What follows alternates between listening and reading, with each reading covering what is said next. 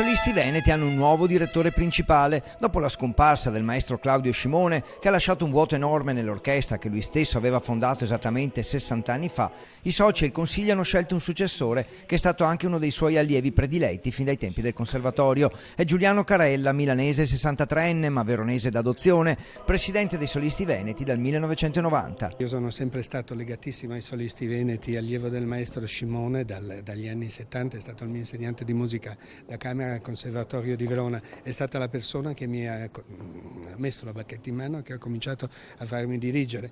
Il nuovo direttore artistico sarà Clementina Scimone, la moglie del maestro, per un'orchestra conosciuta in tutto il mondo, protagonista di tournée indimenticabili e che ha ospitato e ospiterà ancora innumerevoli solisti di livello mondiale per un futuro tra tradizione e cambiamento. Di mantenere appunto questo patrimonio storico, che è un patrimonio poi di 60 anni, cioè qualcosa che è stato costruito veramente in decenni di lavoro straordinario, e nello stesso momento si cercherà di allargare per trovare delle nuove possibilità. Primo appuntamento ufficiale il 49esimo Festival Internazionale Tartini, 25 concerti tra maggio e ottobre in tutta Italia. Si comincia il 31 maggio nella Chiesa degli Eremitani. Il presidente della provincia ha poi già invitato l'orchestra a suonare nella sala consiliare di Palazzo Santo Stefano.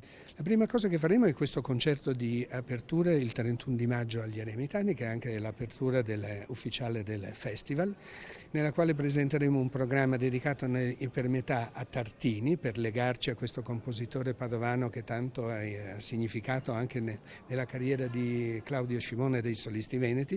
Poi faremo il Salve Regina nella revisione di Claudio Scimone, l'ultimo brano scritto da Giuseppe Tartini, e per chiudere il programma la Krönungsmesse di Mozart.